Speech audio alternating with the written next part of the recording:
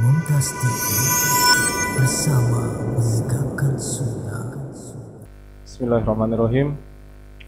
Assalamualaikum warahmatullahi wabarakatuh. Alhamdulillahirrabbilalamin. Segala hal yang terpuji hanya milik Allah.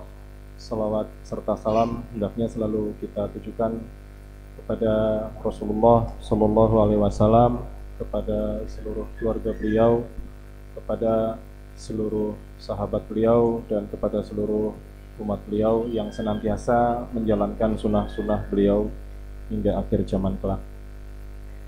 Sebelum talk show kita mulai, sekali lagi kami mohon kepada jamaah baik ikhwan ataupun akhwat untuk merapat ke depan supaya jamaah yang hadir di waktu kemudian, yang hadir belakangan, bisa mendapatkan tempat di dalam masjid. Kemudian untuk memperlancar koneksi live streaming kami mohon kepada seluruh jamaah untuk mematikan paket datanya supaya koneksi untuk live streaming bisa berjalan dengan lancar. Baik, alhamdulillah. Assalamualaikum Ustaz. Untuk yang kesekian kalinya setelah libur pandemi ini Ustaz, kita ketemu lagi ya Ustaz. Alhamdulillah. Alhamdulillah rabbil alamin. Ya, gimana kabarnya Ustaz? Alhamdulillah. Alhamdulillah baik. Ya. Jadi para jamaah sekalian, di rangkaian yang terakhir safari dakwah beliau, insya Allah kita akan banyak berdiskusi nih, mendengarkan nasihat dan tausiah dari beliau Ustaz Amin Nurbait terkait dengan halal dan haramnya bisnis online, gitu ya Ustaz ya. Dan bisnis ini menjadi semakin menarik ketika kita selama 2 tahun diterpa badai pandemi yang mau nggak mau kita ini harus putar otak cari cara gimana caranya supaya bisnis tetap jalan, roda perekonomian tetap berputar, gitu ya Ustaz ya. Nah, mungkin nanti kita akan ada pembukaan sedikit dari Ustaz terkait dengan bisnis online ini, dan kita akan lebih banyak bertanya jawab, studi kasus, supaya kita dalam menjalankan bisnis online ini tetap berada dalam rambu-rambu dan koridor syariah. Untuk materi pembuka kami persilakan Ustaz.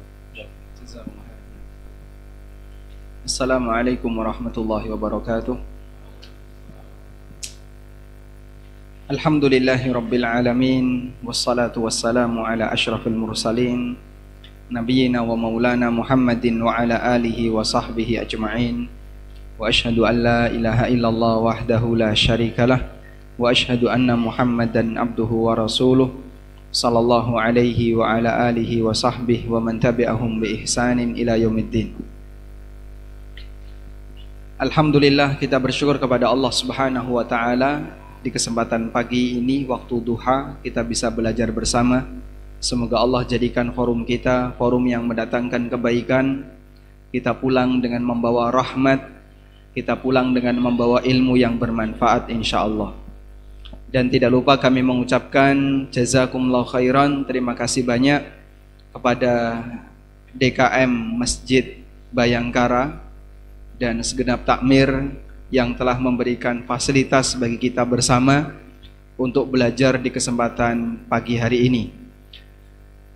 Tadi Bapak Ketua Takmir menyampaikan sebuah muqaddimah yang penting sekali untuk kita ingat, bahwa bisnis online menjadi salah satu di antara alternatif berbisnis yang lebih dominan. Memang kalau kita perhatikan, Masya Allah, hampir semuanya dijual online. Sampai getuk aja dijual online, Pak.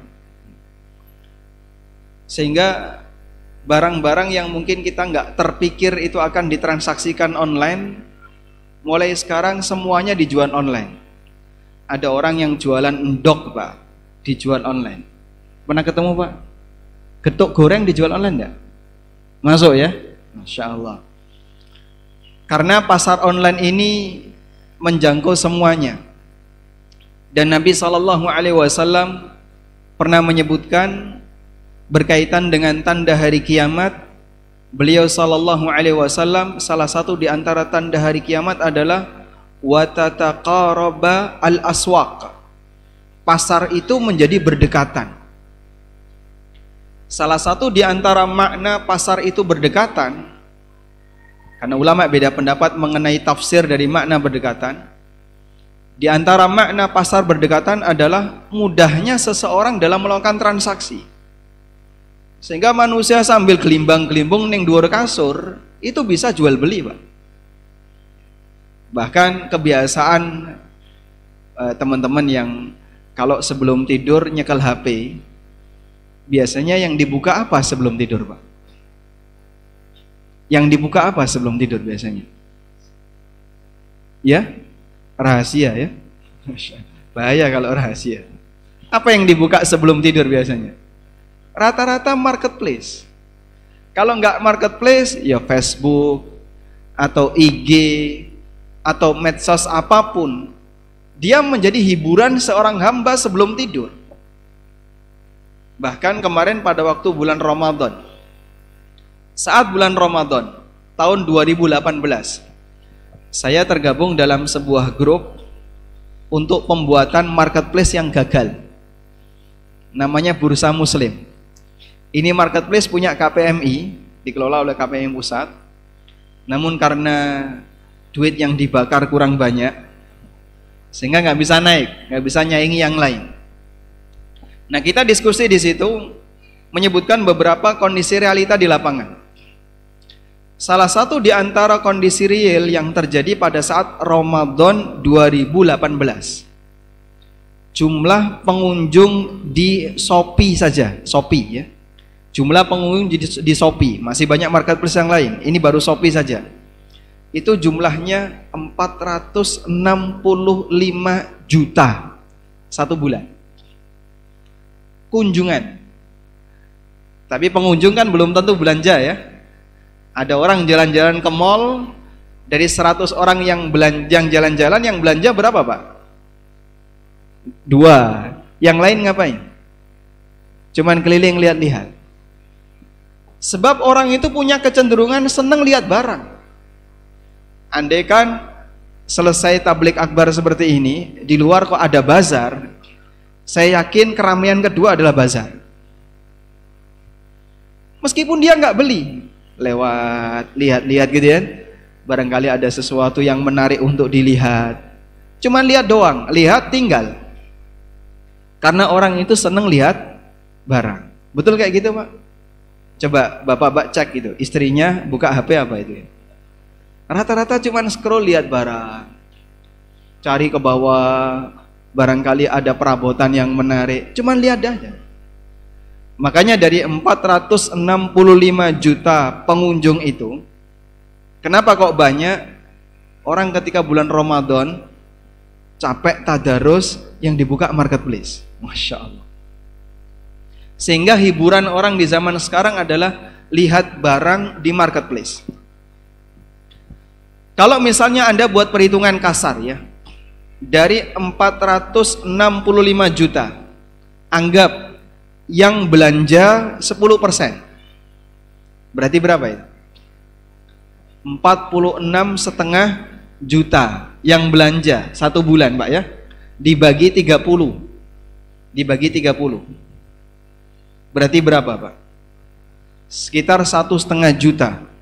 1,5 juta per hari transaksi. Sudah?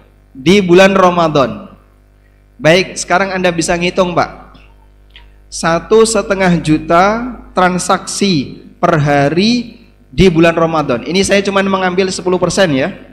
Dari 465 juta tadi, saya cuma ambil 10% yang belanja. Sisanya cuma jalan-jalan di marketplace. 1,5 juta per hari. Sudah. Anggaplah misalnya satu transaksi misalnya nilainya 100.000 satu transaksi. 100.000 kali 1,5 juta, duit berapa, Mas? Berapa? Berapa? 150 satuannya itu 150 T atau M atau apa itu? Hah? M? Berapa meter? Berapa Mas? Kalkulatornya enggak. Oh, 1,5 kali 10 pangkat 11. 1,5 kali 10 pangkat 11 itu berarti berapa ini? 150 miliar. Enggak ya? Betul. 150 miliar. Atau 1,5 T malahnya. 1,5 T. 1 hari. 1 hari 1,5 T di bulan Ramadan. Saat bulan Ramadan Pak, yang lebih banyak belanja itu orang yang agamanya apa Pak? Konghucu, Hindu, Buddha, atau apa? Ramadan Pak ya? Muslim. Itulah potensi yang dimiliki oleh kaum muslimin. Transaksi yang terjadi ketika itu per hari sampai 1,5 T. Potensi kaum muslimin. Makanya sebenarnya kaum muslimin Indonesia ini Masya Allah kaya raya. Cuman potensinya lebih banyak dimanfaatkan oleh orang lain, kan begitu ya? Sehingga 1,5 T itu kan terkumpul di rekening bersama ya, di Rekber, karena mereka menggunakan sistem escrow. Sehingga uang begitu ditransfer tidak langsung masuk ke penjual, tapi nyantol dulu di rekening bersama. 1,3 T itu kan tidak langsung masuk ke rekeningnya penjual, mengendap selama 3 hari. Mengendap selama 3 hari. 1,5 T mengendap, besok sudah ada 1,5 T lagi mengendap, besok ada lagi yang baru. Padahal duit itu geser sehari jadi berapa? 1 T itu bisa 1,001 misalnya. T 001 T gede Pak. Masuk kemana duit itu? Ke providernya. Itulah salah satu contoh. Kita lihat ya, bagaimana potensi yang besar sekali ada di tengah umat. Mereka lebih banyak dan lebih dominan memanfaatkan bisnis online daripada transaksi yang offline. Cuman hal yang berimbang yang perlu kita waspadai adalah penipuan online juga banyak. Penipuan online, judi online, terus apa lagi? Judi online lagi kan gitu ya. Terus jualan senjata online. Nah, ini yang perlu juga diwaspadai. Tapi karena kita lebih fokus dalam masalah fikihnya, maka insya Allah kita lebih banyak bicara tentang masalah batasan halal haramnya. Ada sebuah buku yang saya tulis, tapi buku itu sudah habis beredar ya. Judulnya Halal Haram Bisnis Online. Ada yang punya di sini? Bukunya warna merah. Itu sudah selesai kami bedah di ANB Channel. Mungkin bagi Bapak Ibu yang ingin tahu lebih detail, nanti bisa berkunjung di ANB Channel ya. Baik, saya awali yang pertama. Kita akan membahas terlebih dahulu kaidah umum dalam masalah transaksi online. Bapak Ibu yang dimuliakan Allah Subhanahu wa taala, transaksi online ini murni permasalahan baru yang tidak pernah kita jumpai dalam kajian fikih klasik di masa silam. Sehingga Anda kalau berbicara masalah transaksi online, dicari keterangan dalam kitab karya Imam Asy-Syafi'i ada nggak? Tidak ada. Atau dicari dalam kitabnya Ibnu Qudamah Al-Mughni, ketemu? Tidak nemu. Sebab di masa silam tidak kenal seperti ini. Lalu muncul pertanyaan, Pak, kita kalau melakukan praktek transaksi yang sama sekali tidak pernah ada contohnya di zaman Nabi SAW dan para sahabat. Abu Bakar kan nggak pernah jualan lewat marketplace, Umar juga nggak pernah nawarin barang lewat Facebook. Itu boleh atau tidak? Boleh atau tidak jemaah? Boleh atau tidak? Boleh. Kenapa boleh? Karena dulu belum ada HP. Coba dikasih ini ya. Ini stiker belakangnya coba dibaca. Nah, voucher, masya Allah, voucher 50.000. Jangan ditempel di batuk ya, disimpan. Baik, Kenapa hukum transaksi online semacam ini boleh, padahal 100% baru? Ada yang bisa? Hukum asal muamalah adalah mubah. Kaidahnya gimana? Hukum asal muamalah adalah mubah. Masya Allah, dapat hadiah Ustaz. Barakallah.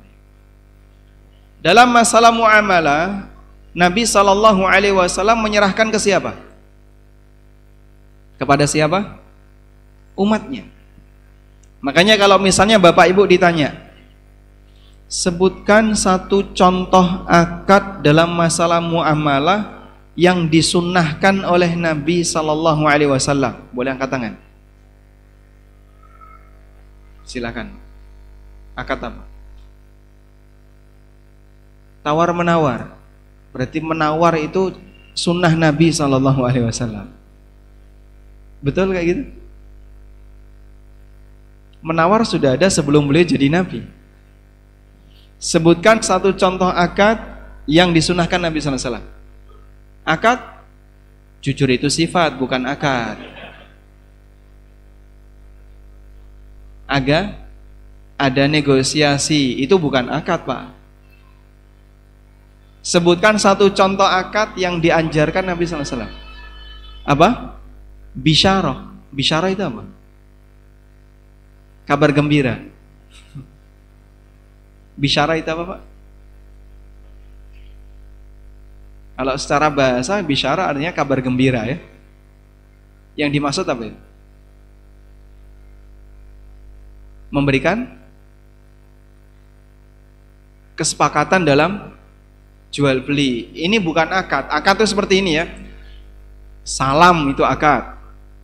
Istisna itu akad. Mudorobah, musyarakah itu nama akad.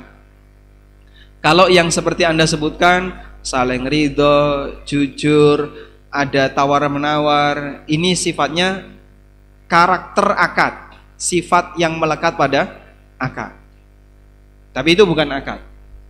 Baik, sebutkan satu contoh akad yang disunnahkan Nabi SAW. Akad nikah. Masya Allah. Semangat kalau kayak gini. Silakan, Pak. Gimana, Pak? Bertemunya penjual dan pembeli. Kalau nggak ketemu nggak sesuai sunnah. Berarti jual beli lewat marketplace itu nggak sesuai sunnah ya? Karena tidak ketemu. Silakan.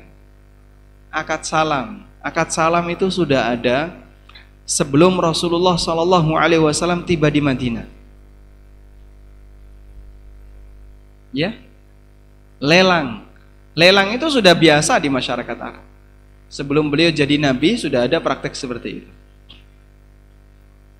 Silakan. Akad utang. Maka bagian dari sunnah adalah memperbanyak utang. Setuju, Pak? Masya Allah.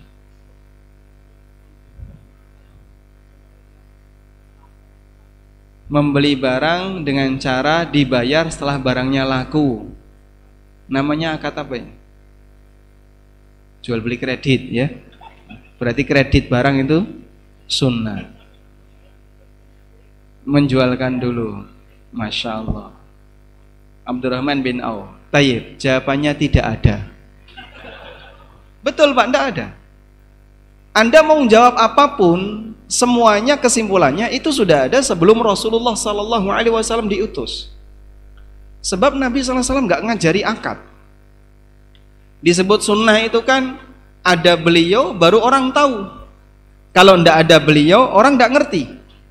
Seperti bagaimana cara sholat Nabi SAW yang ngajari. Bagaimana cara manasik haji dan umrah Rasulullah SAW yang ngajari. Batasan bagaimana cara membayar zakat Nabi sallallahu alaihi wasallam yang ngajari. Sehingga ketika tidak ada wahyu, manusia tidak ngerti. Barulah kita sebut sunnah Nabi sallallahu alaihi wasallam. Tapi dalam masalah muamalah Rasulullah sallallahu alaihi wasallam enggak ngajari. Kenapa, Pak? Karena praktek itu sudah ada sejak zaman sebelum beliau diutus. Sehingga praktek akad salam, praktek akad mudoroba, akad utang, akad yang lainnya yang Anda sebutkan tadi sudah ada sebelum Rasulullah SAW diutus. Makanya dalam urusan ini Nabi SAW ngasih sebuah kesimpulan. Antum a'lamu bi amri dunyakum. Kalian lebih ngerti tentang urusan dunia kalian. Nah selanjutnya ketika orang itu melakukan pengembangan dalam masalah akad, ini murni urusan dunia. Silahkan, manusia dikasih kebebasan. Yang penting satu prinsip, tidak boleh melanggar larangan. Sehingga jadilah sebuah kaidah hukum asal dalam praktek akad jual beli apapun adalah boleh dan mubah kecuali yang dilarang oleh syariat. Selama tidak dilarang. Mafhum insyaallah? Baik. Maka ada perubahan apapun yang terjadi di zaman kita, silahkan. Yang penting tidak dilarang. Nah sekarang batasan yang penting untuk diperhatikan terkait jual beli online apa Pak? Karakter yang paling menonjol dalam transaksi online itu apa?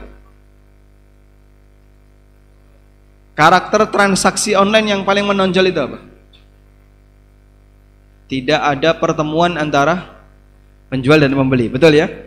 Tidak terjadinya pertemuan antara penjual dan pembeli sehingga barang tidak ada di majelis akad. Begitu kan? Maka semuanya akan mengalami penundaan, terutama barangnya, sebab barang tidak ada di majelis akad. Itulah karakter yang paling utama dalam transaksi online. Maka berdasarkan karakter ini, sebutkan barang yang tidak bisa ditransaksikan secara online. Emas. Kenapa? Emas harus saling bertemu. Baik, alasan yang lain. Karena emas bukan barang jual beli. Bukan barangnya tapi alat bayarnya. Karena emas barang ribawi. Udah dijawab. Nah, ada banyak hadiah. Masya Allah. Emas harus dilakukan secara tunai dan satu waktu. Masya Allah. Dapat hadiah ya. Jadi jawaban yang lebih tepat, kenapa emas itu tidak boleh dibuat online? Karena dia harus dari tangan ke tangan.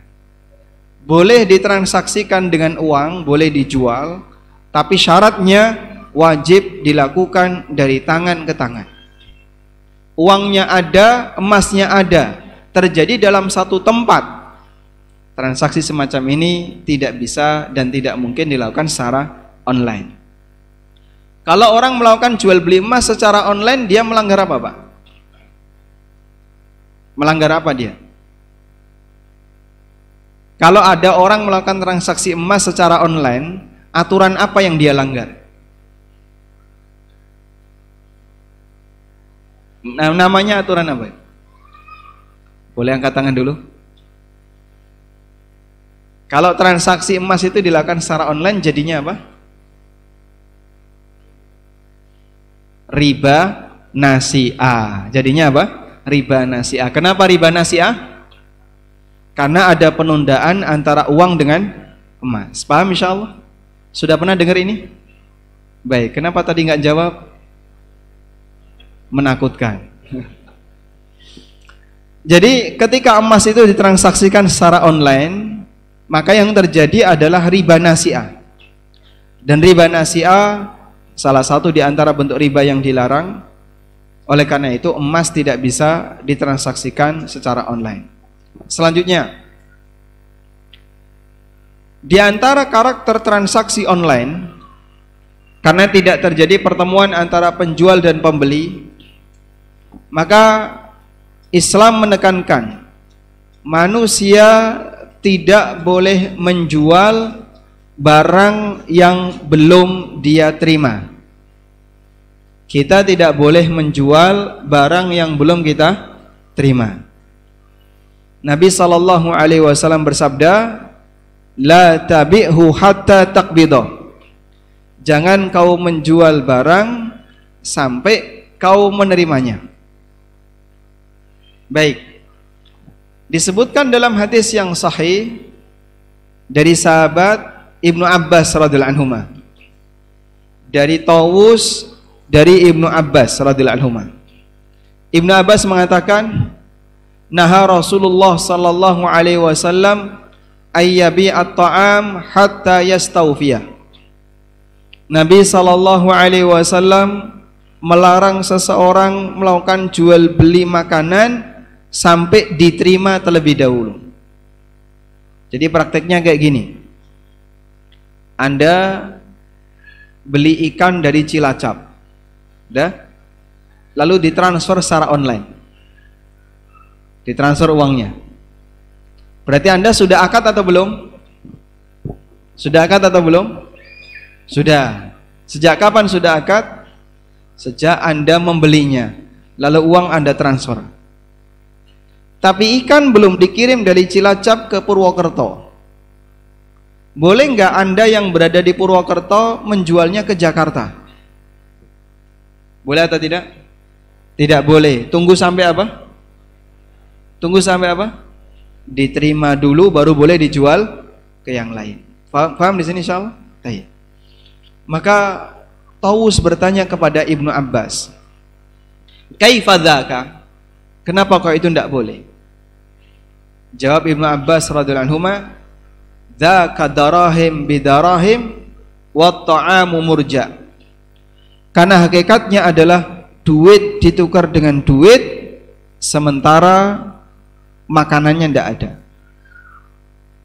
Sehingga kalau dalam kasus tadi Anda di Purwokerto, misalnya Paijo di Purwokerto, dia membeli ikan dari Cilacap, beli di Paimin, bayar tunai, transfer, sudah. Tapi Paijo belum menerima ikan itu, dia transfer senilai 10 juta. Lalu Paijo menjual ikan itu ke Jakarta dengan harga 12 juta. Oke, deal, ketemu Budi. Budi transfer 12 juta ke Paijo. Sudah? Ibnu Abbas radhiyallahu anhu mengatakan, hakikatnya ini duit ditukar dengan duit. Kok bisa, Pak? Coba Anda zoom Paijo. Ayo Paijo di zoom ya. Posisi Paijo yang terjadi adalah keluar 10 juta, masuk 12 juta. Sehingga hakikatnya yang terjadi apa? Duit ditukar dengan duit. Dan praktek seperti ini tidak diperbolehkan dalam syariat kita. Karena tukar uang dengan uang syaratnya apa? Wajib tunai dan sama. Padahal ini keluar 10 juta hari kemarin, masuk 12 juta hari ini. Tidak sama dan tidak tunai. Praktek ini dilarang oleh Rasulullah SAW. Maka agar tidak terjadi praktek seperti ini, begitu Paijo beli ikan di Cilacap, ikan harus dikirim dulu sampai diterima oleh Paijo. Sudah? Setelah diterima oleh Paijo, silahkan Paijo bisa menjual ke orang lain. Pergerakan uang itu diiringi dengan pergerakan barang. Jangan sampai uang bergerak 2 kali, barangnya bergerak sekali. Kalau seperti ini yang terjadi, hakikatnya adalah tukar menukar uang dengan uang. Jelas atau belas? Boten. Paham atau tidak? Paham insyaallah ya. Pokoknya paham lah, biar yang ngisi ini seneng ya. Baik. Ini pertanyaan sudah ada Mas Fakar? Sudah ya. Masalahnya tadi kan peserta antum minta matikan data. Pertanyaannya lewat WA. Sudah ada yang masuk. Oh gitu. Berarti HP-nya taruh ke depan gitu kan? Anda tulis di WA, HP-nya taruh di depan. Baik. Sudah bisa. Baik, coba silahkan. Baik. Baik, alhamdulillah sudah masuk beberapa pertanyaan. Yang pertama ini yang kayaknya lagi tren, Ustaz. Ini bagaimana hukumnya bermain koin Mira dan Mira? Iya, Maira dan THG di dalam aplikasi Binance dan Gate.id. Apakah ini termasuk cryptocurrency? Caranya dengan menjual saat itu juga langsung dan untungnya hanya mengambil dari selisih harga, tidak menunggu harga naik dulu. Namun dengan cara membeli di tempat yang murah lalu jual ke tempat yang mahal. Dan apabila hukumnya haram, bagaimana harta yang dihasilkan? Lalu apakah perlu saya memberitahu kepada orang tersebut atau diam saja? Orang ada di sini enggak? Ada di sini. Mungkin ada, Ustaz. Penanyanya ada. Ya. Tapi mungkin yang Pemainnya korban pertanyaannya enggak ada itu.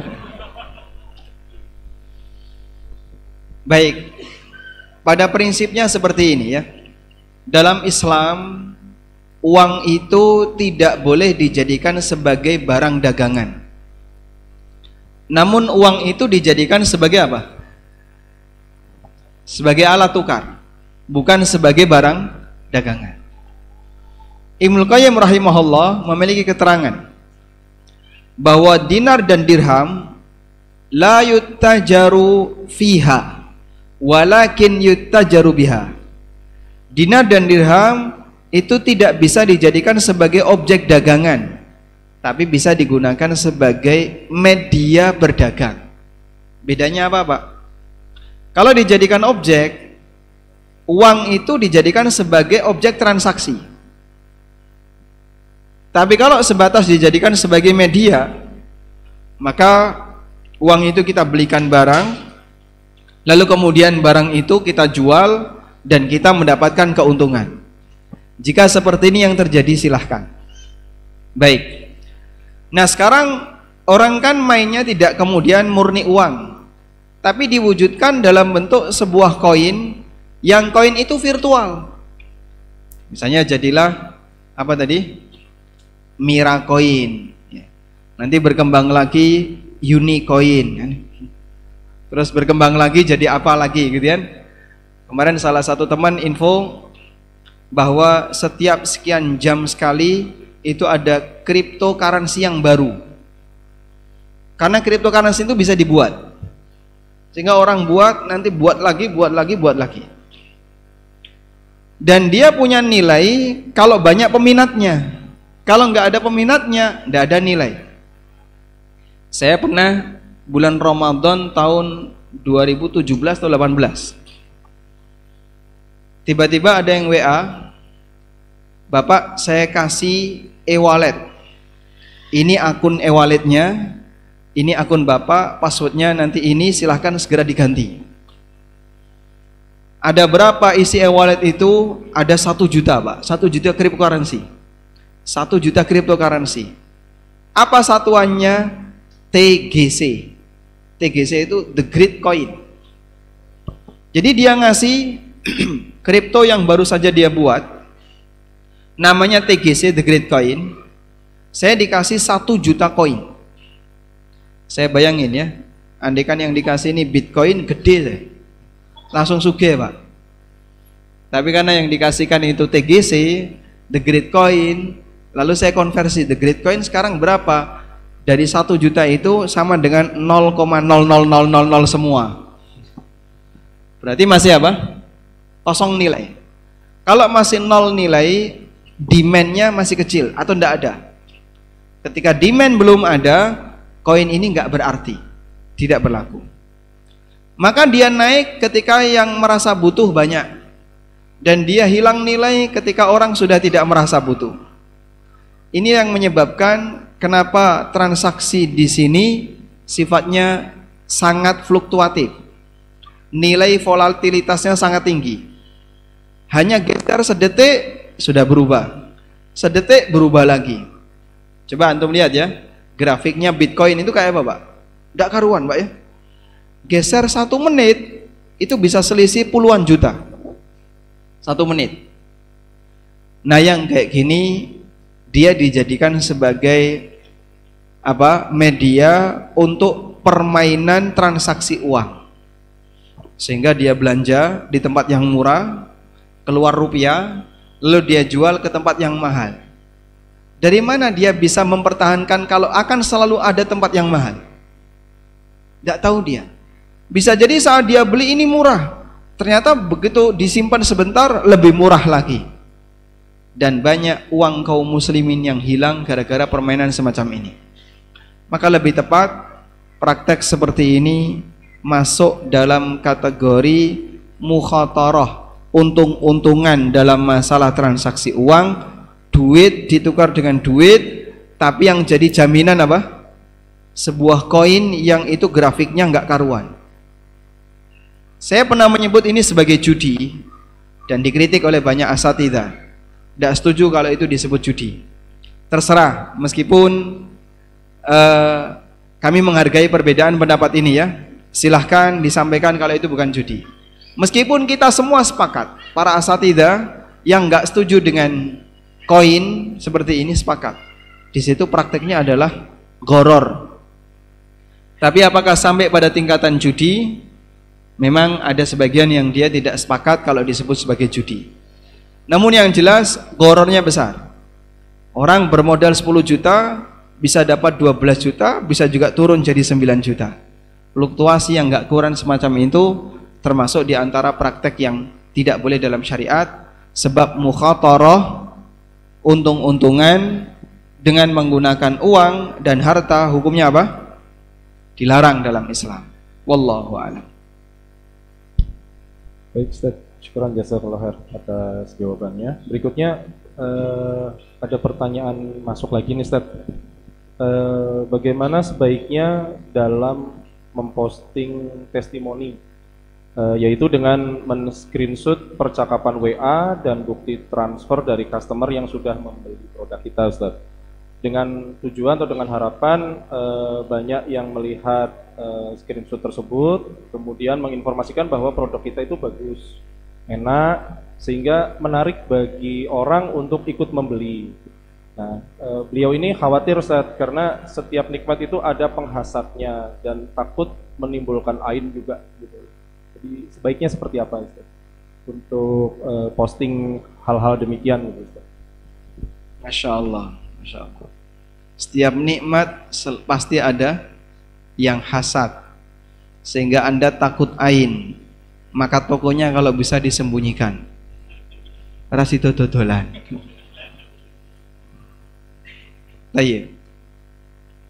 Tidak semua pengaruh ain, tidak semua pengaruh pandangan mata bisa jadi ain ya. Dan tidak semua pandangan mata yang hasad bisa jadi ain. Anda tawakal kepada Allah, Allah Subhanahu wa taala, dialah zat yang menakdirkan semuanya dan yang mengatur. Meskipun terkadang ada pengaruh dari pandangan mata yang hasad dan itu bisa berubah menjadi ain. Baik. Sekarang kita berbicara tentang masalah testimoni.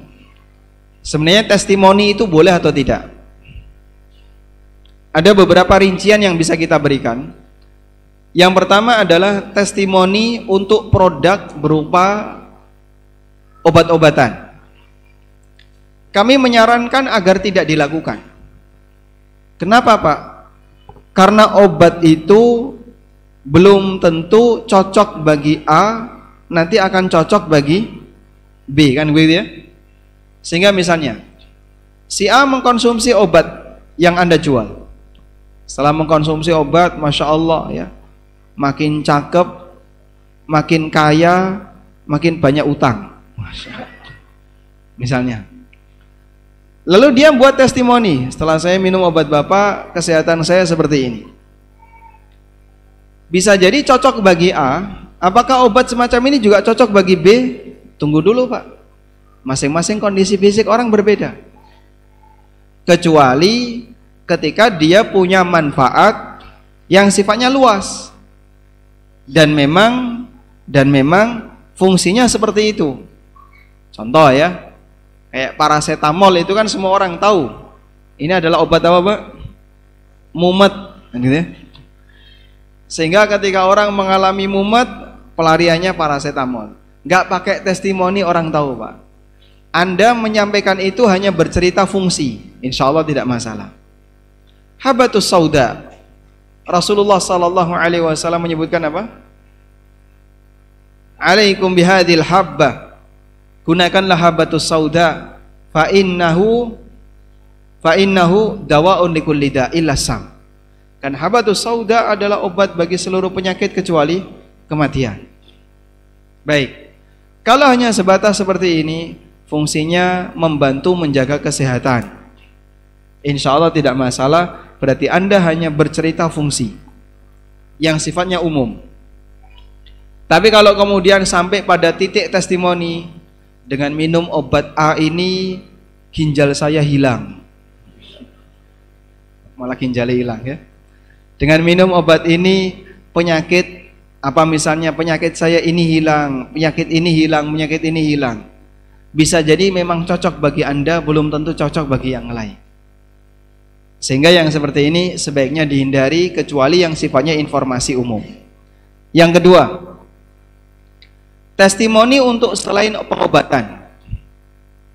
Misalnya untuk barang-barang yang sifatnya pemakaian luar. Insya Allah tidak masalah. Yang penting jangan sampai ada permainan. Sehingga nggak boleh misalnya, Bapak silakan beli produk saya, pasang testimoni, nanti Bapak saya kasih cashback sekian. Nah kalau seperti ini ada permainan. Akhirnya dipaksakan ada testimoni, lalu dia dapat cashback, pengembalian. Kalau seperti ini yang terjadi, bisa jadi kalimat testimoni itu dibuat-buat, dikarang, dibuat-buat, tidak sesuai dengan asli yang ada. Masya Allah, barang dari toko A, tahan banting, tahan maling, nggak ada orang yang berani untuk ngambil. Jualan apa Pak? Jimat. Kemudian orang membuat testimoni kayak gini. Nah ini kalau dibuat-buat tidak boleh. Sehingga praktek kayak gini tidak diperkenankan. Namun kalau itu murni sifatnya alami, organik, ada orang testimoni kemudian Anda posting, insya Allah tidak masalah. Wallahu a'lam. Nah. Baik, syukur Ustaz. Berikutnya pertanyaan terkait madu ini Ustaz. Jika seorang menjual atau memposting madu mengatasnamakan madu murni, padahal lebah tersebut telah diberi pakan tambahan seperti gula dan sudah dilakukan tes organoleptik, kemudian disimpulkan bahwa madu tersebut tidak murni dari nektar bunga atau alam, namun penjual tersebut tetap mengklaim madunya sebagai madu murni atau madu dari alam. Bagaimana hukumnya Ustaz? Masya Allah ya. Ini online juga ya? Online Ustaz? Online. Sebenarnya nggak ada hubungannya dengan online ya? Karena jualan madu bisa online bisa offline. Kalau ada orang yang membuat pernyataan madu murni, tapi ternyata kasusnya seperti tadi ya, sehingga lebah itu tidak mengambil dari nektar bunga, tapi dia ngambil makanan dari gula misalnya. Apakah kemudian diperbolehkan seperti ini? Atau ada orang yang misalnya punya kurma ya, kurmanya kemudian diencerin, ditaruh di dekat lebah, nanti madunya sesuai dengan rasa kurma. Anda kalau hidangkan ke lebah itu kurma sukari, nanti madunya jadi madu sukari. Kalau kurmanya kurma ajwa, nanti madunya jadi madu ajwa. Baik. Apakah seperti ini bisa disebut sebagai madu murni? Sekarang sebenarnya Pak, pengertian madu itu apa Pak? Pengertian madu itu apa? Yang punya madu boleh jawab. Masya Allah. Rahasia ya. Yang disebut sebagai madu itu apa Pak? Apakah cairan yang keluar dari bunga, ataukah cairan yang keluar dari perut lebah? Yang mana Pak? Yang keluar dari perut lebah, bukan yang dari bunga ya. Sepakat ini? Berarti kalau misalnya begini ya, ada orang mengumpulkan madu tapi pakai sistem manual, nggak pakai lebah Pak. Ketemu bunga disedot, Misalnya pakai suntikan ya, pakai injeksi, ketemu bunga disedot, bunga apalagi disedot. Lalu dia kumpulkan. Itu madu atau bukan? Madu atau bukan? Bukan. Kenapa? Ya? Karena tidak berasal dari lebah. Berarti definisi madu adalah cairan yang keluar dari lebah. Dan itu seperti yang disebutkan dalam Al-Quran. Allah Subhanahu wa ta'ala berfirman, yakhruju mim butuniha syarabun mukhtalifun alwanu. Keluar dari perut lebah itu minuman yang beraneka ragam warnanya. Dan seperti madu kita kenal, ada yang warnanya putih, ada yang kuning, ada yang agak hitam dan seterusnya, kan gitu ya. Tayyib. Fihi syifa'un linnas. Dan di sana ada obat bagi manusia. Maka ketika Allah Ta'ala menyebut tentang madu, pengertian yang Allah sebutkan di situ adalah madu itu sesuatu yang keluar dari perut lebah. Yakhruju mim butuniha, keluar dari perutnya. Syarabun, minuman yang mukhtalifun alwanu, yang beraneka ragam warnanya. Sehingga definisi madu adalah cairan yang keluar dari perut lebah. Berarti kan tidak mempermasalahkan lebah ini makan apa, Pak? Mau dia dikasih karamel, mau dia dikasih kopi susu, atau yang lainnya, yang jelas setiap dia mengkonsumsi sesuatu, lalu keluar sesuatu yang lain, apa yang dia keluarkan ini madu. Setuju insya Allah ini, Pak? Berarti kalau jualannya seperti ini boleh nggak, Pak? Boleh ya? Ya meskipun Anda sah-sah saja, misalnya kok tidak mau beli. Saya pinginnya Mas madu dari nektar, bukan madu lebah ternak. Meskipun di zaman sekarang madu lebah itu rata-rata ternak. Dan orang menyajikan kepada lebah itu makanan di dekat rumahnya, dan kadang makanannya madu, sehingga madu digelar di depan lebah, nanti diambili oleh lebah, diproduksi jadi madu. Lebah minum madu jadi madu. Masya Allah, madu kuadrat yang kayak gini. Wallahu a'lam. Syukran Ustaz. Berikutnya beberapa pertanyaan senada terkait dengan stok. Yang pertama, jika kita posting atau ikut bantu jual dagangan teman, tetapi barang tersebut belum ready stock, Ustaz, bagaimana hukumnya? Yang kedua, yang agak setipe itu, di marketplace stok barangnya tidak update karena jualan selain di marketplace juga di toko offline. Di sini kami menjelaskan di toko profile bahwa stok tersebut tidak update, jadi harus menanyakan dulu sebelum order. Itu hukumnya seperti apa, Ustaz? Baik, untuk pertanyaan yang pertama, posisi penjual ini sebagai wakil atau trader? Dia kulaan atau hanya sebagai kepanjangan tangan dari pemilik barang? Tidak dijelaskan, Ustaz. Tidak dijelaskan. Kalau posisi Anda sebagai trader, jadi Bapak kulak dulu, setelah kulak dapat barang lalu jual, maka dalam hal ini terlarang bagi kita untuk menjual barang sebelum apa tadi, Pak? Sebelum menerima. Sehingga kalau ternyata tidak ready stock, nol stoknya, di gudang tidak ada, Bapak nggak nyimpan barang itu, boleh nggak ditawarkan ke orang lain? Boleh nggak ditawarkan ke orang lain? Boleh atau tidak? Saya ulang ya. Kalau kita tidak punya stok barang, misalnya barang X, kita tidak punya stoknya, sudah? Bolehkah kita menawarkan barang X padahal kita nggak punya stoknya? Boleh atau tidak? Tidak. Kenapa tidak boleh? Kenapa tidak boleh? Kalau sebatas menawarkan hukumnya boleh, karena menawarkan itu belum tentu akan. Sehingga kalau sebatas menawarkan, silahkan, Mas, saya biasanya jualan X, Bapak tertarik nggak dengan X? Sebatas menawarkan, silahkan.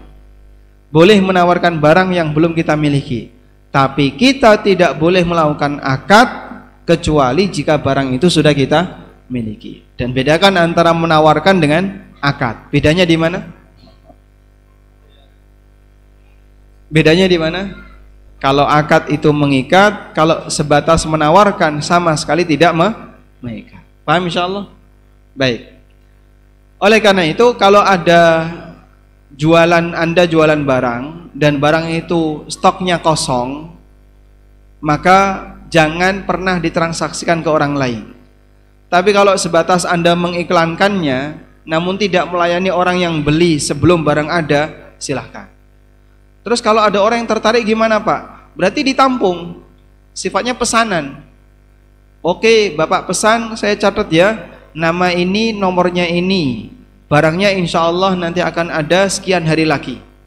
Sebatas menampung pesanan semacam ini boleh, yang penting Anda tidak melakukan akad. Paham insya Allah? Ya? Kalau dia bayar dulu tidak boleh, karena nanti jadinya kalik bil kalik. Masalah harga boleh pakai prediksi, meskipun nanti dealnya menyusul di belakang. Karena sebatas prediksi harga sebelum ada barang diperbolehkan, meskipun nanti dealnya di belakang. Ciri khas tidak ada akad itu apa? Tidak mengikat. Sehingga nanti kalau Bapak punya barang, kemudian konsumen nggak jadi beli, apakah penjual boleh sakit hati? Boleh ya, sakit hati kan silakan, sah-sah saja. Tapi dia tidak boleh maksa. Kenapa tidak boleh maksa? Karena tidak mengikat sama sekali. Loh, kemarin kan katanya sudah pesan kan kamu belum punya barang. Kemarin waktu saya pesan kamu belum punya barang, maka saya berhak untuk tidak jadi beli ketika kamu punya barang. Wong kita belum akad sama sekali. Sebab selama tidak ada akad berarti tidak ada ikatan sama sekali. Nah,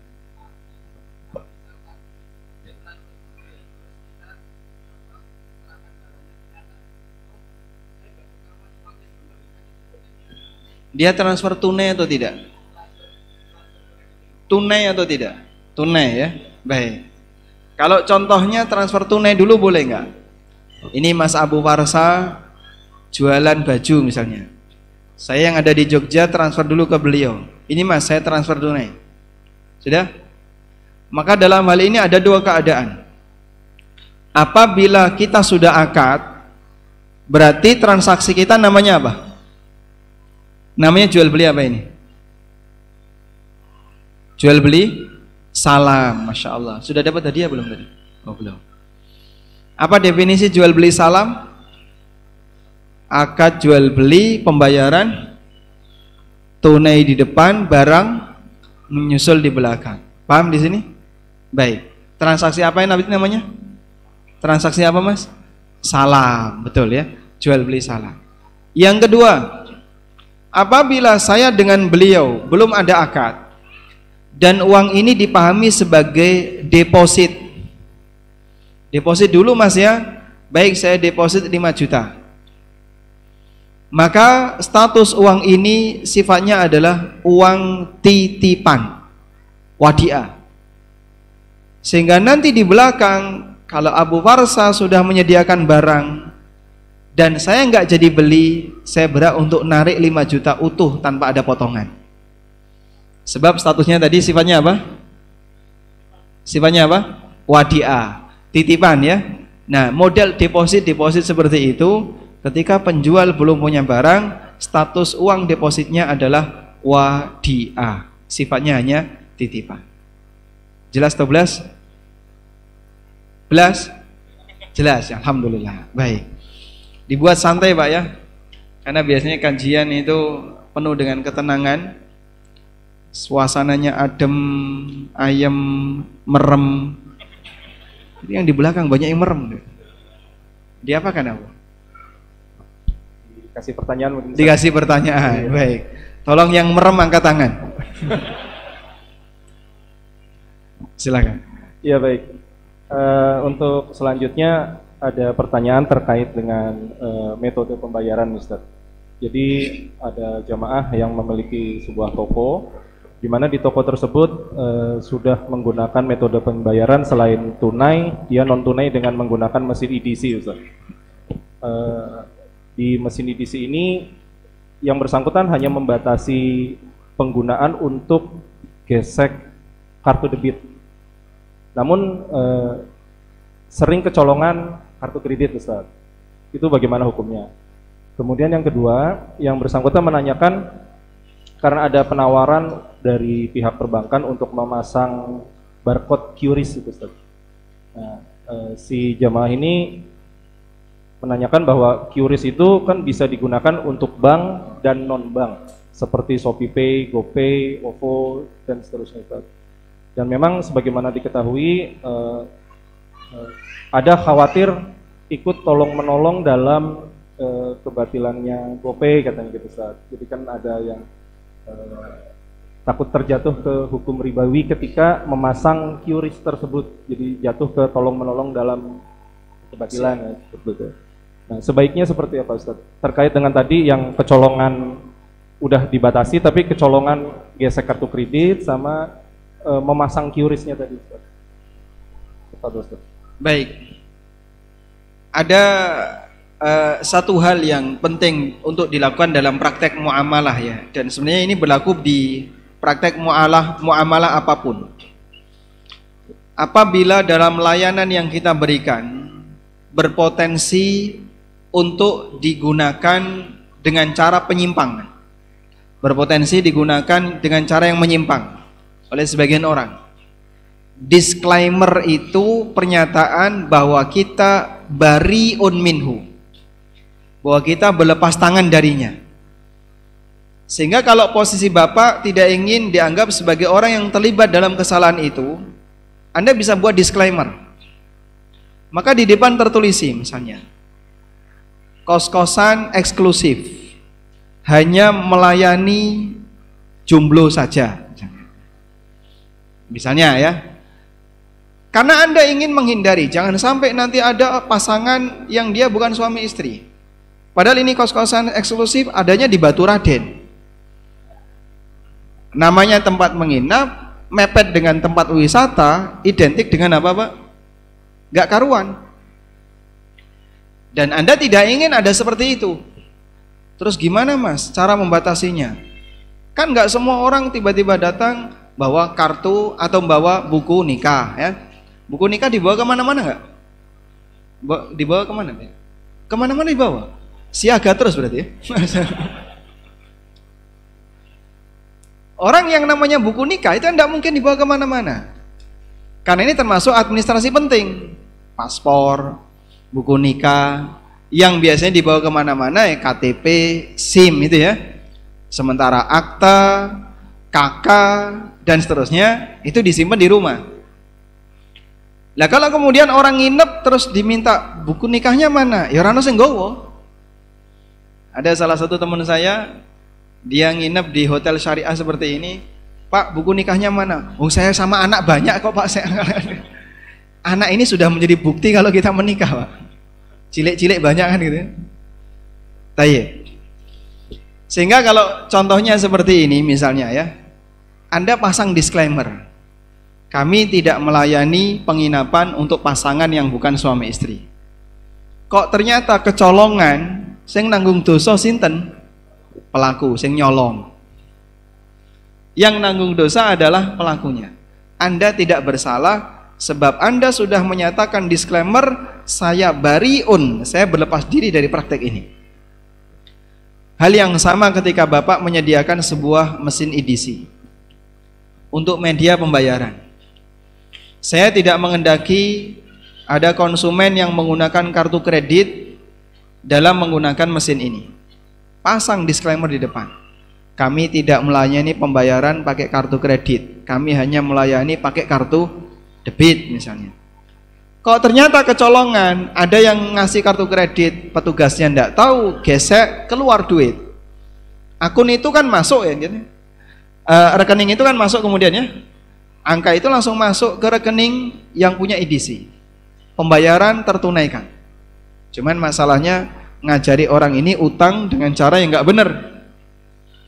Kalau seperti ini yang terjadi, selama Anda memasang disclaimer, maka yang nanggung dosa adalah yang nyolong. Posisi Bapak insya Allah bersih dari itu. Baik. Selanjutnya untuk posisi QRIS. QRIS bisa dipakai untuk bank dan bisa dipakai untuk non-bank.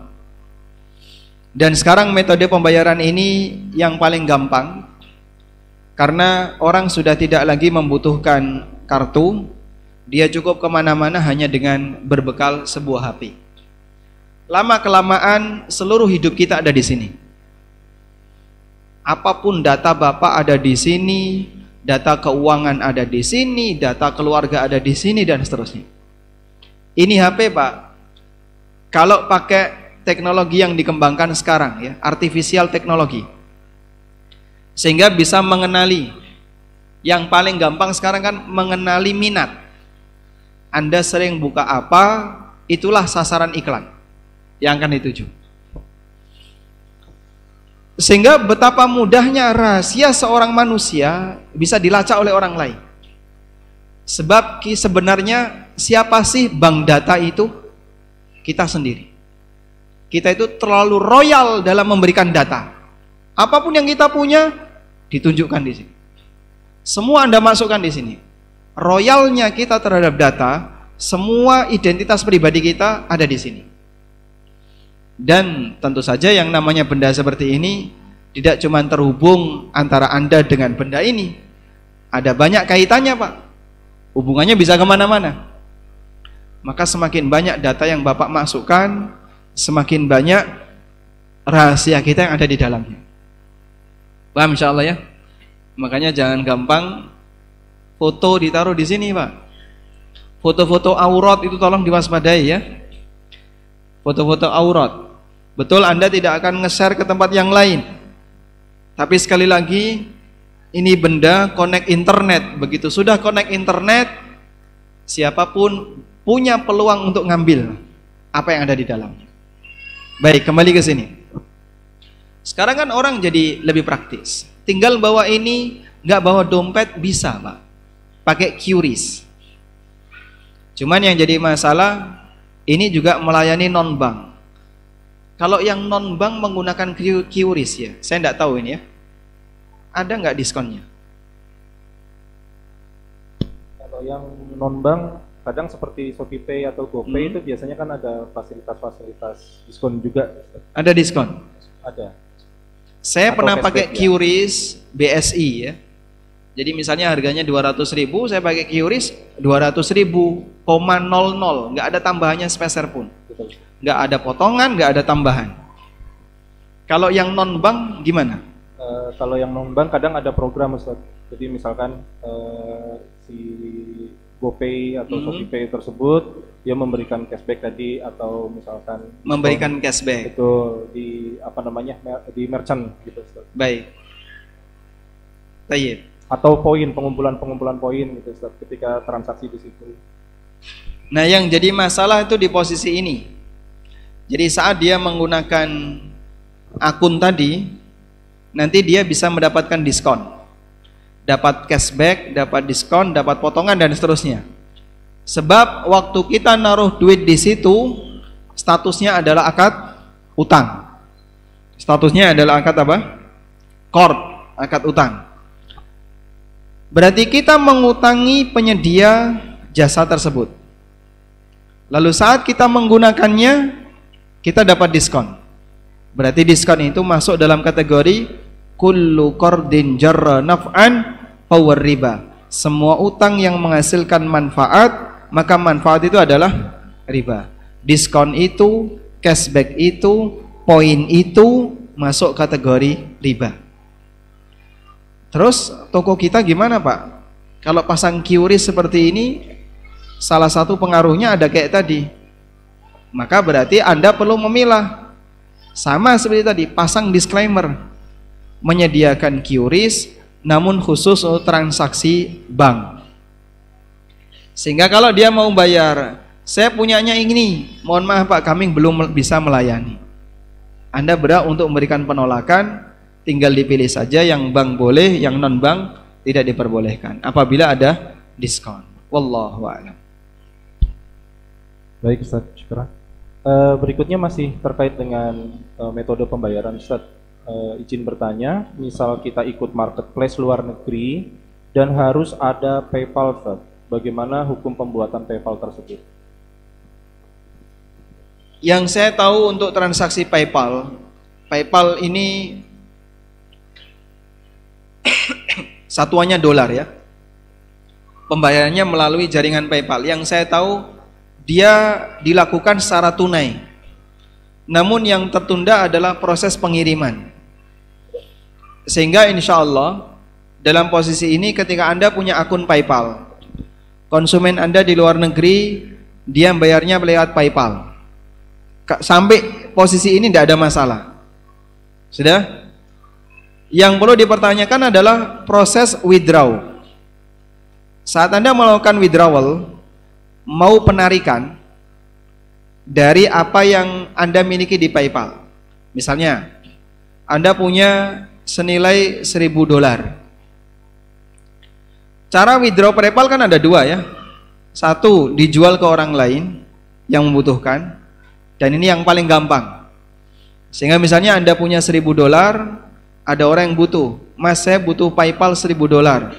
Baik Pak, ini saya jual, harganya sekian juta, Bapak segera transfer, duit langsung saya kirim, PayPalnya langsung akunnya saya kirim.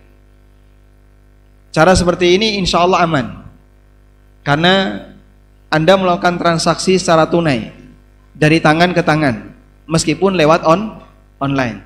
Selama komunikasi nggak putus, lalu transaksi dilakukan transfer secara online, insya Allah Anda masih terhitung sebagai orang yang melakukan transaksi duit dengan duit dari tangan ke tangan, tidak ada masalah. Cuman kalau nunggu orang yang butuh, belum tentu nemu. Cara yang paling gampang adalah withdraw lewat bank. Nah, informasi yang saya dapatkan begini, di situ ada dua tahapan yang terjadi. Tahapan pertama, tahapan konversi. Tahapan yang kedua, pengiriman ke rekening bank tujuan. Tahapan pertama apa? Konversi dari dolar ke rupiah. Tahapan yang kedua, pengiriman dari bank penyedia konversi tadi ke rekening tujuan. Nah, informasi yang saya dapat, penundaan itu terjadi di proses pengiriman, bukan di proses konversi. Sehingga saat dilakukan konversi, bisa pada waktu yang sama kemudian keluar nilai yang akan Anda dapatkan dalam bentuk rupiah sekian juta dari sekian dolar PayPal. Sudah? Tapi baru sampai di rekening bank Bapak sekian hari lagi. Nah, penundaan yang terjadi untuk proses pengiriman itu tidak mempengaruhi hukum transaksi sarf, hukum transaksi tukar menukar uang dengan uang, karena sebenarnya ini dilakukan secara tunai. Wallahu a'lam. Paham insyaallah ya? Ini saya tuh khawatir yang simbah-simbah ini bingung ya, panganan opo itu maksudnya. Ono PayPal karo gedhok goreng itu tonggo. Oh, empal. Nah, dipikirnya empal. Makanya teman-teman kayaknya sudah mulai bosan bahas kayak gini. Sampai jam berapa kita, Mas?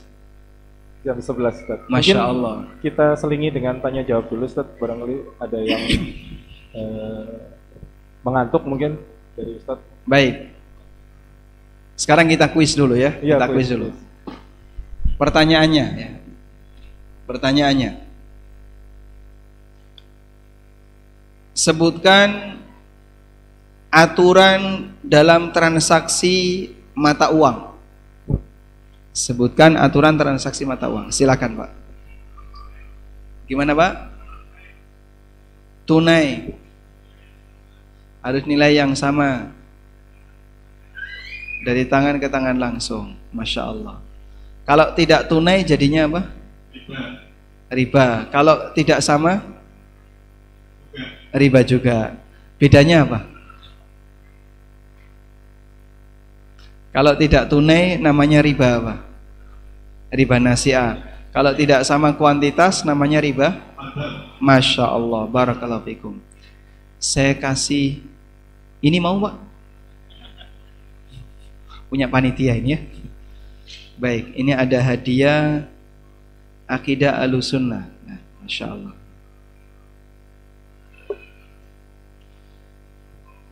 Dapat 2 hadiah 2. Baik, selanjutnya. Baik, tanya jawab lagi atau masih kuis? Boleh? Ini masih ada beberapa voucher dari Ampiran dan Sahabat Wedding Wedding service. Iya. Diskon 10% untuk apa ini? Mungkin kalau yang mau menikah, Kalau mau layanannya wedding. mungkin ya. Oh gitu. Iya. Yang punya rencana mau nikah, katakan. Yang punya rencana mau nikah. Yang jomblo kayaknya pasti punya rencana. Kapan-kapan. Boleh angkat tangan. Gimana? Pak Supri angkat tangan. Masya Allah. Pak Supri lagi gitu. Oh, Pak Supri lagi. Udah ada? Ini ada diskon 10% untuk wedding organizer. Baik, ini nanti kita hadiahkan ke panitia saja ya. Baik, Ustaz. Masya Allah. Baik, Ustaz. Berikutnya ada pertanyaan, Ustaz. Bagaimana solusi untuk profesi teknisi komputer dengan adanya software Windows original yang mahal? Karena kebanyakan menggunakan bajakan, Ustaz. Jadi sepertinya mungkin apakah tetap menggunakan yang original dengan sekian mahalnya atau ada pengecualian, Ustaz? Posisi beliau sebagai apa? Tidak dijelaskan di sini, Ustaz. Tidak dijelaskan. Oh, teknisi. Beliau teknisi. Teknisi, iya. Beliau sebagai teknisi. Memperbaiki Mungkin PC atau PC laptop, orang lain, ya. laptop orang lain. Betul. Ternyata PC itu isinya software bajakan. Atau ketika mau nginstal kan harus yang original seharusnya, Ustaz. Ya. Cuman kan mahal sekali, sementara pasar kan mungkin belum bisa terlalu menerima yang seperti itu, Ustaz. Baik. Tayyib. Sebenarnya begini ya. Non muslim boleh nggak haknya kita langgar? Boleh atau tidak? Tidak boleh. Karena setiap manusia tidak boleh diganggu, baik hartanya maupun kehormatannya, apalagi darahnya. Sehingga ketika ada orang yang punya sebuah produk bentuknya software, Anda menggunakan software itu secara tidak legal, berarti hakikatnya apa? Kita sedang mengganggu hak orang lain. Karena software ini seharusnya berbayar, tapi Anda menggunakannya dengan cara yang tidak legal. Karena itu praktek seperti ini hukum asalnya tidak boleh. Praktek seperti ini hukum asalnya tidak boleh. Nah, sekarang muncul masalah. Kalau kami pakai ori, harganya terlalu mahal. Sementara kami butuh. Yang jadi pertanyaan adalah, Anda menggunakan software ini untuk apa? Untuk kerja atau untuk apa? Saya untuk kerja. Kalau kerja, Mas, Anda dapat duit ketika Anda bekerja menggunakan software itu. Anda bekerja dapat duit, tapi pakai hak orang lain. Kira-kira gimana, Pak? Wani nyambut gawe, harusnya wani mau modal. Kalau memang untuk kerja, keluarkan modal, beli software yang ori.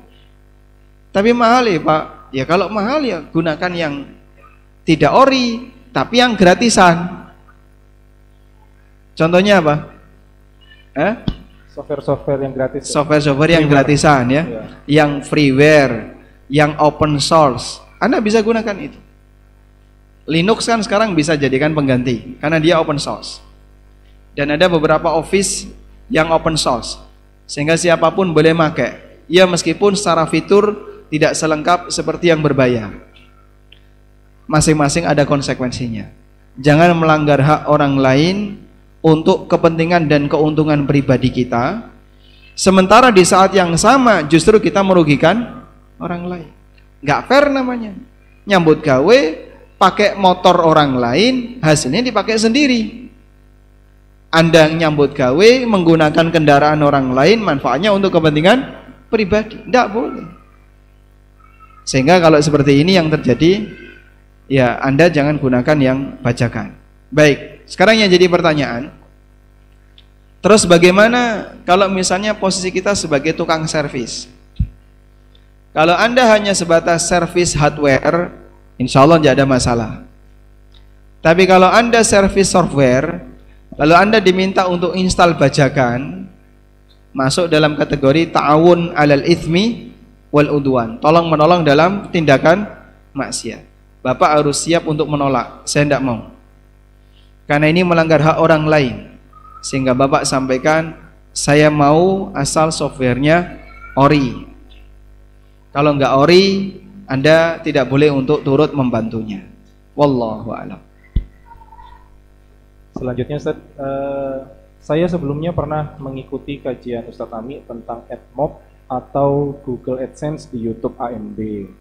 Nah, kebetulan saya juga punya aplikasi yang di dalamnya terdapat ads yang sudah saya batasi, di mana sumber konten aplikasinya pun insya Allah dari open source atau sumber yang free. Setiap bulan ada pemasukan dari iklan tersebut. Bagaimana Ustadz dengan nasib uang tersebut dari ads tadi? Bolehkah tetap kita ambil dan manfaatkan buat kebutuhan kita, atau bagaimana memperlakukan uang tersebut? Jazakallah khair. Masya Allah.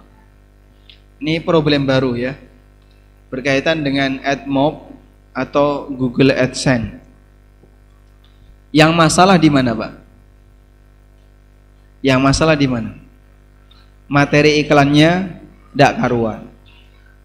Tayyib. Allah mengajarkan kepada kita, wala ta'awanu 'alal itsmi wal udwan. Jangan lakukan tolong-menolong dalam dosa dan maksiat.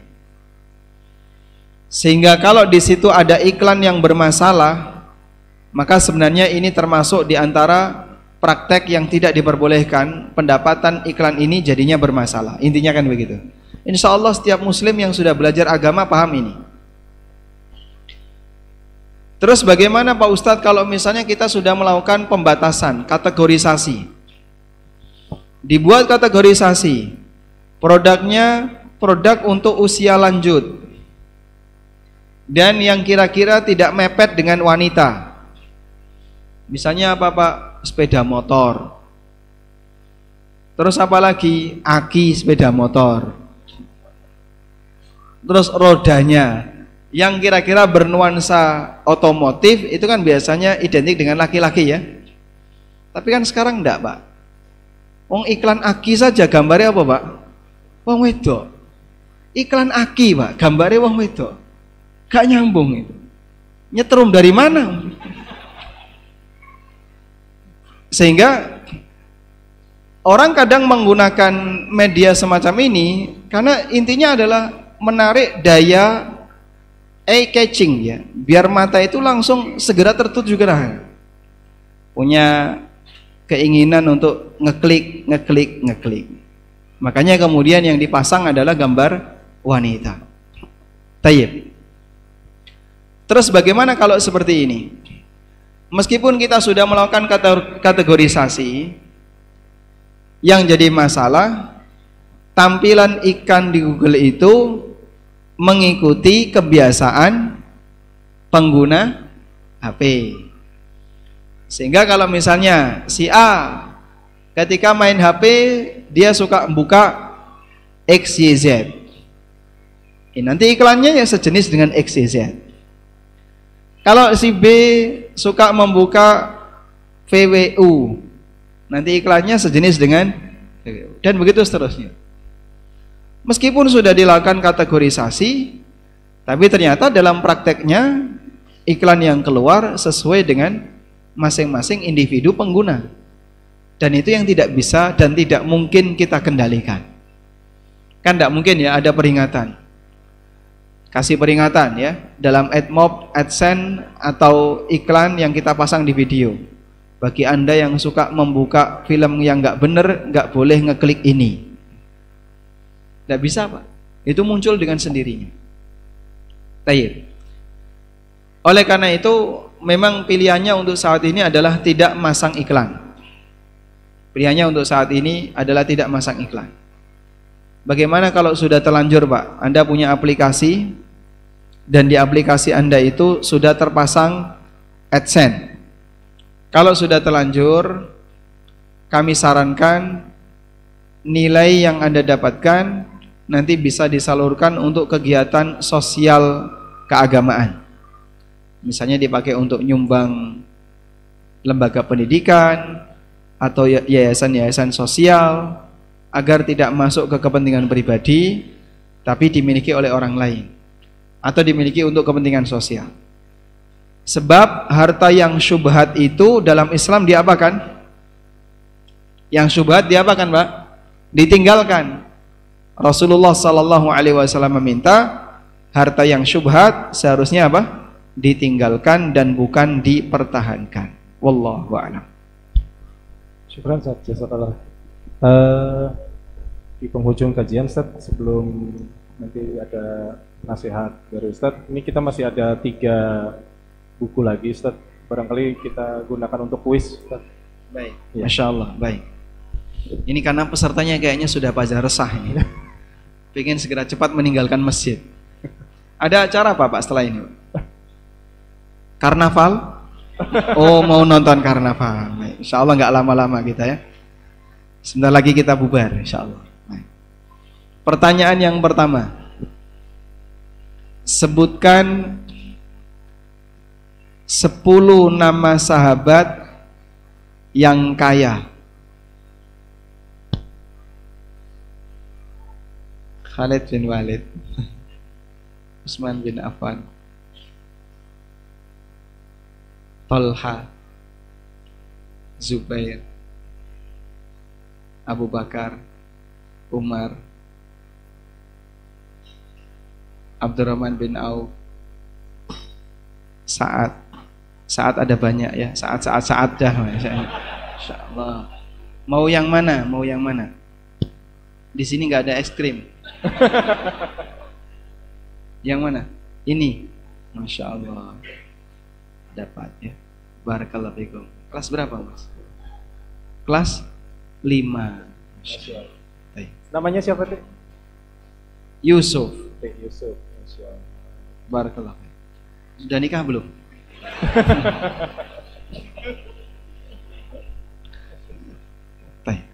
Masih ada 2. Masih ada ya. Selanjutnya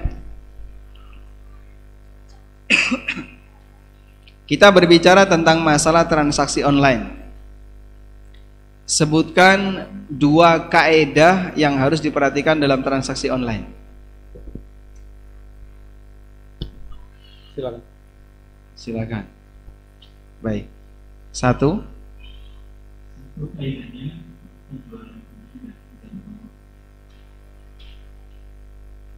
Yang kedua,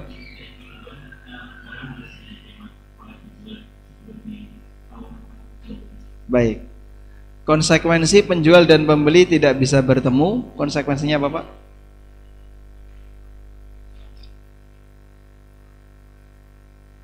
Tadi tidak boleh melakukan transaksi apa?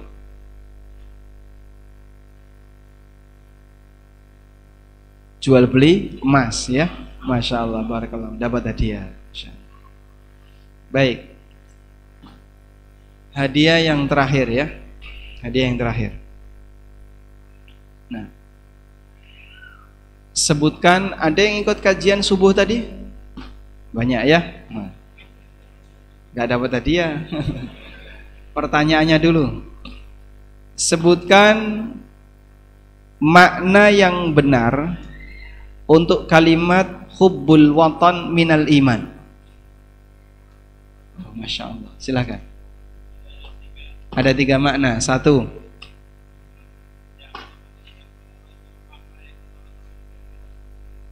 makna yang pertama, kata al-watan di situ diartikan dengan apa?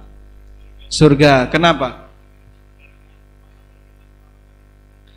Tempat asal Nabi Adam pertama adalah surga. Yang kedua, kota Mekah. Kenapa?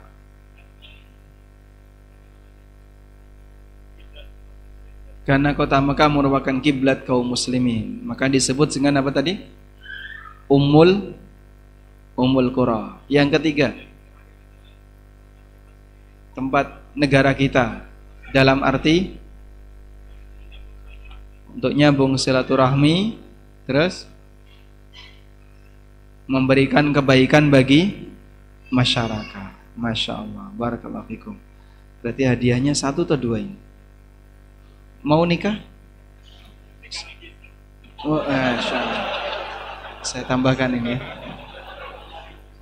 Istrinya ikut nggak, Mas? Oh. Yang kedua nggak ikut ya. Masya Allah. Namanya siapa, Mas? Coba saya umumkan. Walhamdulillahirrahmanirrahim. Gimana? Oh gitu. Mau dikasih hadiah juga? Oh gitu. Hah? Oh, Masya Allah. Baik, cukup. Insya Allah cukup, Ustaz. Ustaz.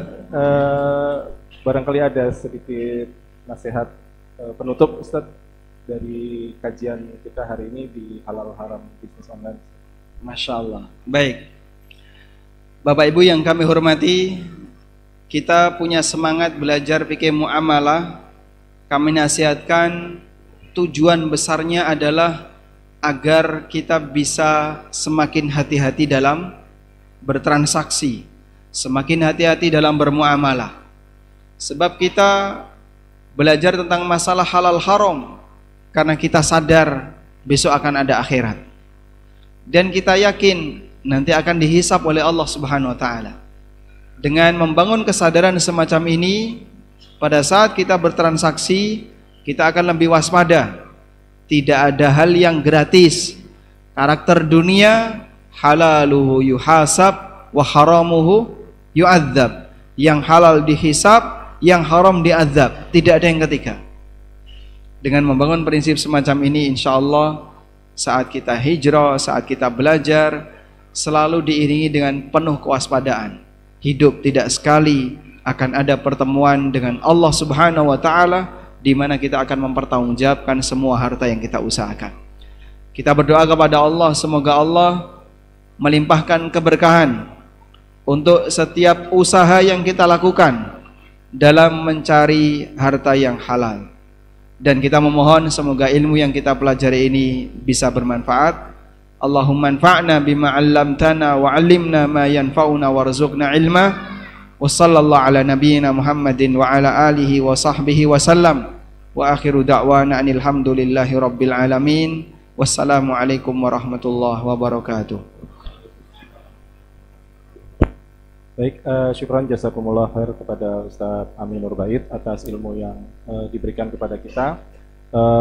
Kita selalu memohon kepada Allah agar dimudahkan dalam menerapkannya di kehidupan sehari-hari.